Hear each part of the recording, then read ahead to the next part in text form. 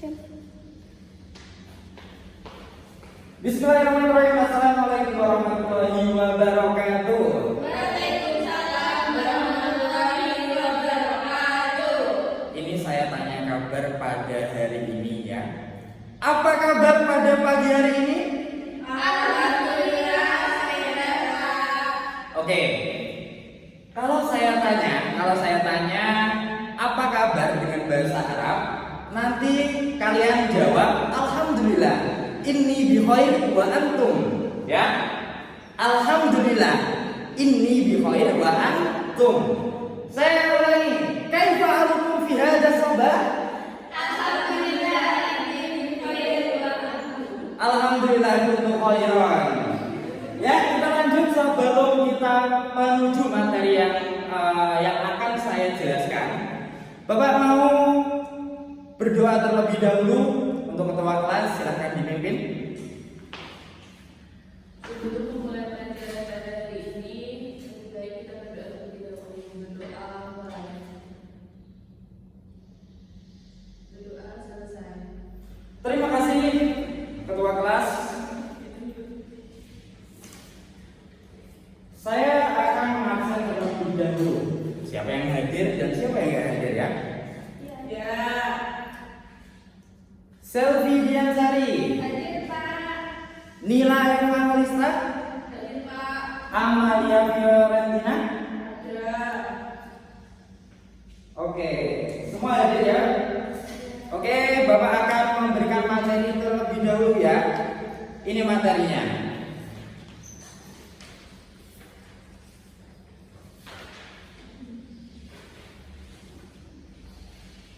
Oke, sebelum kita masuk ke pembelajaran ya, Bapak akan memberikan semangat sedikit lagu ya. Nanti kalian ikuti yang Bapak katakan. Bisa? Ya, bisa. Oke. Kulu ba'da qauli, ikuti setelah yang saya katakan. Ijaz. Wah, ini gak ada semangat-semangatnya. Ijaz itu yang artinya bersemangat ya. Ijaz. Ijaz. Ijaz. Ijaz. Wala taksal. Wala taksal. Wala takun Wala takun. ghafilan Ghafilan. fanadamatul uqabah. Fanadamatul uqabah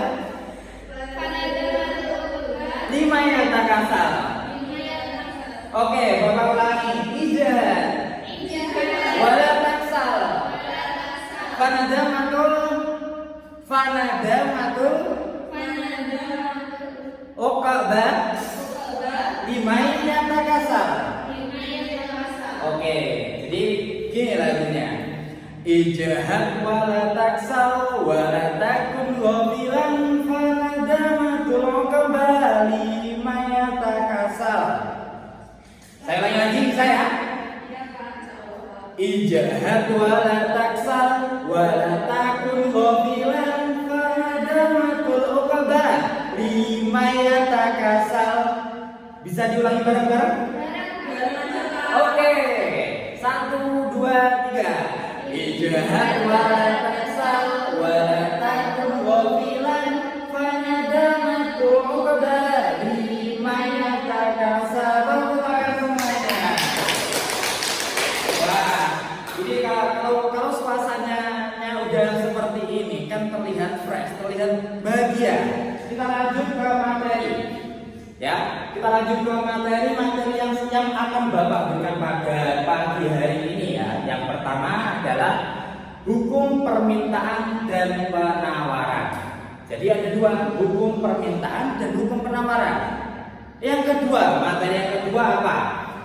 Materi yang kedua yaitu harga keseimbangan atau keseimbangan kurva permintaan dan kurva penawaran. Oke? Dan materi yang ketiga yang akan Bapak sampaikan, dan ini materi yang terakhir, yaitu pergeseran dan pergerakan kurva permintaan dan penawaran. Jadi faktor-faktor apa yang menyebabkan pergerakan dan pergeseran pada kurva tersebut ya. Tapi tujuan Bapak memberikan materi pada pagi hari ini yang pertama ya. Tujuan Bapak memberikan materi yang pertama yaitu biar kalian semua memahami dan mengerti apa sih pengertian dari hukum permintaan dan penawaran, kemudian dapat memahami apa sih harga keseimbangan ya antara permintaan dan penawaran, dan yang terakhir dapat mengerti, memahami dan bisa menjelaskan faktor-faktor yang mempengaruhi pergeseran dan pergerakan kurva penawaran dan permintaan seperti itu. Bisa Bapak mulai pada materi yang pertama? Bisa. Oke. Pada materi yang pertama yaitu hukum permintaan. Hukum permintaan. Pada hukum permintaan di sini ya, Bapak akan menjelaskan lebih dahulu permintaan itu apa sih? Suatu barang atau jasa yang diminta oleh konsumen pada tingkat waktu tertentu dan juga pada harga tertentu pula. Di situ dinamakan permintaan. Ya, bisa dipahami? Kemudian Bapak akan lanjut ke hukum permintaan. Apa sih hukumnya ya? Hukum permintaan, jika harga barang semakin rendah ya, jika harga barang semakin rendah, maka tingkat permintaan yang diminta oleh konsumen di sini semakin banyak. Dan sebaliknya, jika harga permintaan ya, jika harga ini semakin tinggi, maka jumlah permintaan yang diminta oleh konsumen ini semakin sedikit. Bapak langsung menggambarkan kurvanya ya. Yang di sini merupakan P atau price, yang di sini merupakan quantity. Pada permintaan di sini bahasa Inggrisnya permintaan itu apa? Permintaan bahasa Inggrisnya apa? Enggak tahu? Oke, demand, benar sekali. Ya. Bapak di sini menulis PD, di sini ID. Di sini merupakan demand dari permintaan di sini. Kalau kurva permintaan itu kalau turun ya, kalau harga itu turun, maka akan turun dari kiri atas ke kanan bawah seperti ini. Tapi jika harga itu naik ya, jika harga itu naik, maka pergeseran pergerakan kurvanya dari kanan bawah ke kiri atas seperti ini. Ini hukum permintaan. Bisa dipahami? Bisa. Oke, bisa. Bapak lanjut ke hukum penawaran. Hukum penawaran sekarang. Hukum penawaran apa sih? Penawaran itu apa sih? Ya. Penawaran adalah barang atau jasa. Ya, barang atau jasa, suatu barang atau jasa yang ditawarkan oleh produsen dengan periode waktu tertentu dan juga dengan periode waktu tertentu dan tempat tertentu pula ya. Hukum penawaran, Bapak tulis di sebelah kanan. Hukum penawaran. Pada hukum penawaran di sini berbanding terbalik dari hukum permintaan. Hukum penawaran di sini, jika harga tersebut turun ya, jika harga pada penawaran ini turun, maka jumlah penawaran yang diminta oleh produsen di sini maka semakin sedikit. Jika harga semakin turun, maka jumlah penawaran semakin sedikit. Tapi jika harganya nanti naik, maka jumlah penawaran yang diminta oleh produsen di sini nanti semakin banyak. Bapak langsung gambarkan kurvanya. Kalau tadi pada kurva permintaan itu price-nya sama dengan demand, kalau penawaran itu apa? Penawaran, supply, ya. Kemudian kurvanya bagaimana? Seperti ini kurvanya. Dan kalau harganya itu naik, maka dari kiri bawah ke kanan atas.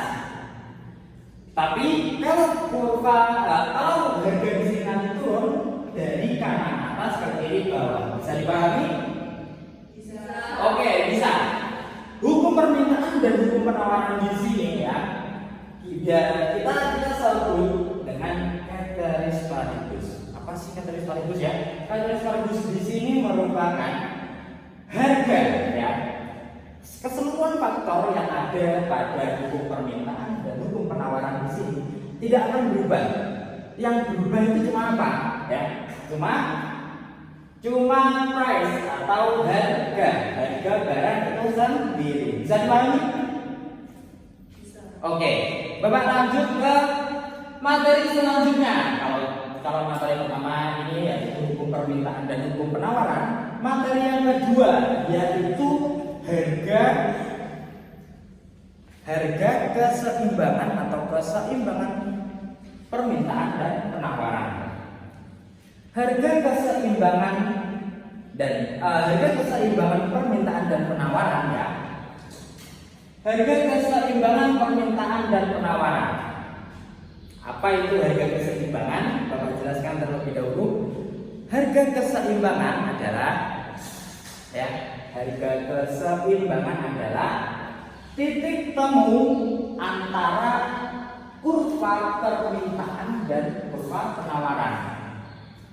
Titik temu antara kurva permintaan dan penawaran. Kita langsung contohkan sebagai harga sebagai kurvanya seperti ini. Ini kurva permintaan dan ini kurva penawaran. Ini titiknya. Kita sambung dengan E atau equilibrium. Ya. Di sini garis dari penawaran dan di sini tadi garis ke permintaan. Titik tengahnya bisa kita sebut dengan equilibrium. Nah, kemudian syarat yang harus memenuhi ketika terjadinya keseimbangan antara penawaran dan permintaan itu apa? Ya, yaitu kita sebutnya kuantiti dari supply itu harus sama dengan kuantiti dari demand, dan sebaliknya price dari supply itu harus sama dengan price dari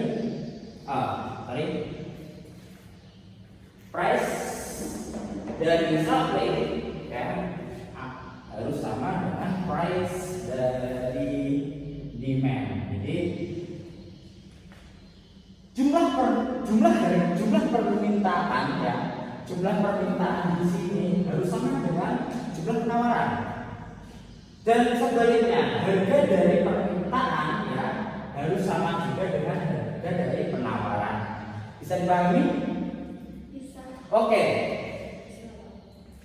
Jadi pada keseimbangan harga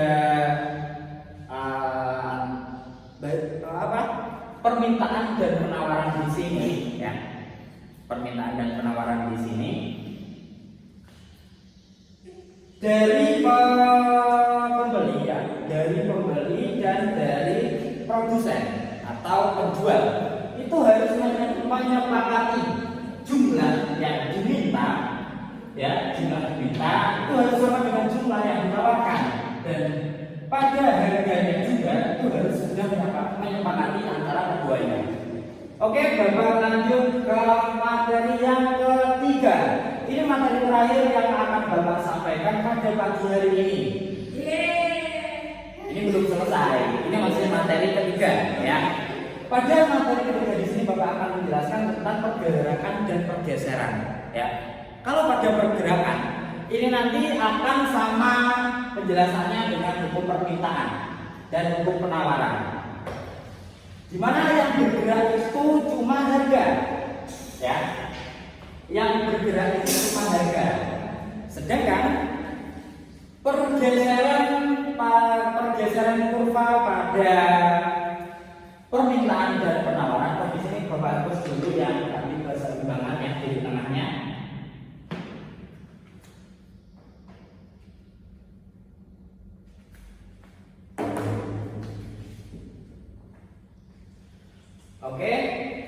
Maaf kalau yang tadi yang di sini tadi permintaan, berarti seharusnya yang di sini penawaran harusnya seperti ini. Pergeseran kalau tadi pergerakan ya, kalau tadi pergerakan kurvanya seperti ini, bergeser dari kiri bawah ke kanan atas. Kalau yang permintaan dari kiri atas ke kanan bawah seperti ini. Pada permintaan ini saya tarik garis lurus bawahnya sama atasnya sebelah sini. Oke, ini garisnya nanti akan seperti ini dan ini ketika ke kanan akan naik. Ini pergerakan kurva, pergeseran kurva pada hukum permintaan. Dan kalau di sini Bapak langsung tunjukkan ya, ini kurvanya. Kemudian ini bergerak ke kiri, kalau ke bawah bergerak ke kanan.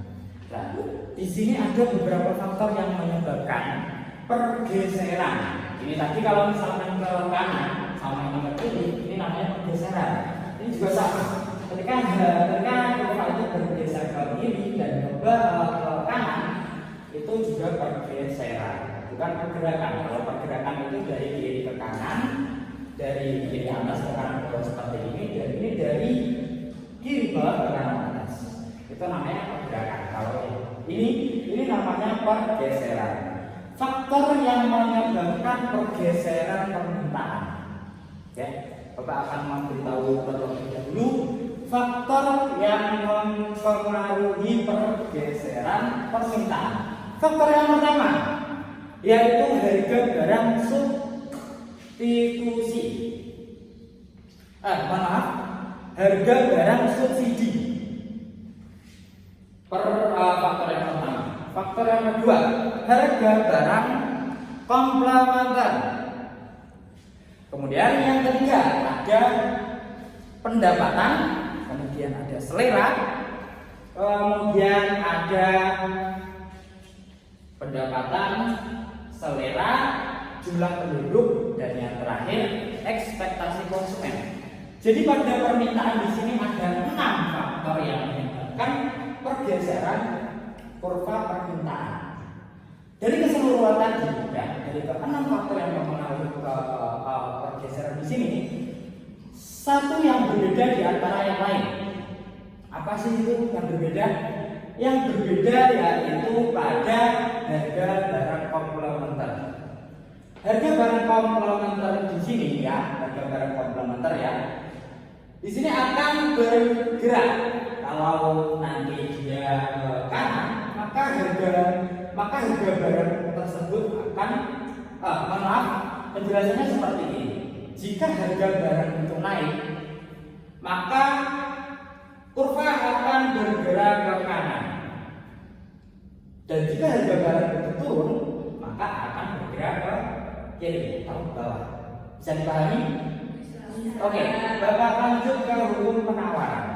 Pada hukum penawaran ini sedikit berbeda dari hukum permintaan. Ada 7 faktor yang mempengaruhi hukum penawaran. Ya, kalau pergeseran tadi yang mempengaruhi yaitu harga barang itu sendiri bergerak dari kiri ke kanan atas. Kalau yang di sini yang pertama harga barang terkait, jadi bukan harga barang itu sendiri, tapi harga barang terkait. Itu faktor yang pertama. Yang kedua, apa yang kedua? Kalau tadi harga barang itu sendiri, kemudian ada harga barang terkait. Yang kedua ada biaya produksi. Jumlah produksi yang ada di sini berapa? Itu pergeserannya itu dari kalau naik nanti akan bergeser ke kiri ke sebelah atas, dan kalau turun nanti akan bergeser ke bawah seperti itu. Kemudian setelah biaya produksi ada teknologi. Teknologi ini kalau dia akan naik nanti kurva akan bergeser ke kanan, dan kalau turun maka akan bergeser ke kiri sebelah sini. Itu pada teknologi. Dan selanjutnya yaitu jumlah produsen. Pada jumlah produsen di sini sama pergeserannya itu sama dengan teknologi. Bisa dipahami? Bisa. Oke, ada 3 lagi, yaitu pajak, kemudian ada subsidi, dan yang terakhir ada ekspektasi konsumen. Itu yang terakhir. Oke, bisa dipahami semua? Bisa. Oke, sekarang kalau bisa dipahami, maka Bapak akan bertanya ke kalian, ya. Bapak akan bertanya ke kalian. Bukan, ini sebuah pertanyaan, nanti Bapak akan bagi 2 kelompok. Kelompok 1 akan memberikan pertanyaan ke kelompok 2, dan kelompok 2 juga akan memberikan pertanyaan kepada kelompok 1. Mbak Nila dan Mbak Vio nanti akan menjadi 1 kelompok, yaitu kelompok 1. Kemudian Mbak Selvi akan menjadi kelompok 2. Bisa dipahami? Bisa. Bapak beri waktu 1 menit untuk memberikan pertanyaan, cukup? Oke, Bapak tunggu.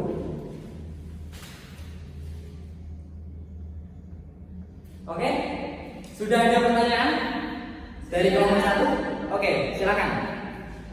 Tadi di bagian hukum penawaran, di bagian keseimbangan, Bapak menyebutkan seteris sekaligus. Ya. Tapi Bapak tidak menjelaskan apa itu seteris sekaligus. Oke. Saya akan bertanya ke kelompok 2, apa itu seteris sekaligus? Oke, pertanyaan dari kelompok 1 ke kelompok 2 tadi, apa itu ceteris paribus? Oke, pertanyaan dari kelompok 2. Pertanyaan untuk kelompok 1. Apakah yang dimaksud dengan harga keseimbangan? Oke, harga keseimbangan. Apa itu harga keseimbangan antara permintaan dan penawaran? Oke, kelompok 1 maaf, kelompok 2 Mbak Selvi sudah menemukan jawaban dari Mbak Nila dari kelompok 1 apa belum? Sudah, Pak. Oke, bisa dijawab, silakan. Ceteris paribus adalah istilah dalam bahasa Latin yang secara harfiah dalam bahasa Indonesia dapat diterjemahkan sebagai dengan hal-hal lainnya tetap sama. Seperti itu. Oke, benar sekali jawaban dari Mbak Selvi. 100 untuk Anda. Tepuk tangan. Oke, jadi gini. Ceteris paribus tadi yang bergerak, ya. Jadi yang bergerak itu hanya pada harga barang itu sendiri. Selain harga barang itu sendiri, contoh ada 7 faktor yang lainnya dan 6 faktor yang lainnya itu dianggap tetap dan tidak dapat mempengaruhi hukum permintaan dan hukum penawaran. Bisa dipahami? Bisa. Oke, Mbak Nina, apakah sudah menemukan jawaban dari kelompok 2 tadi? Sudah. Ya. Apa? Tadi kan pertanyaannya apa itu harga keseimbangan? Menurut pendapat kelompok kami, harga keseimbangan atau harga equilibrium adalah harga yang terbentuk pada titik pertemuan antara kurva permintaan dan kurva penawaran, Pak. Tadi Oke. sudah Bapak jelaskan. Titik antara hukum permintaan dan penawaran yaitu harga keseimbangan. Jika maaf ini saya harus dulu ya.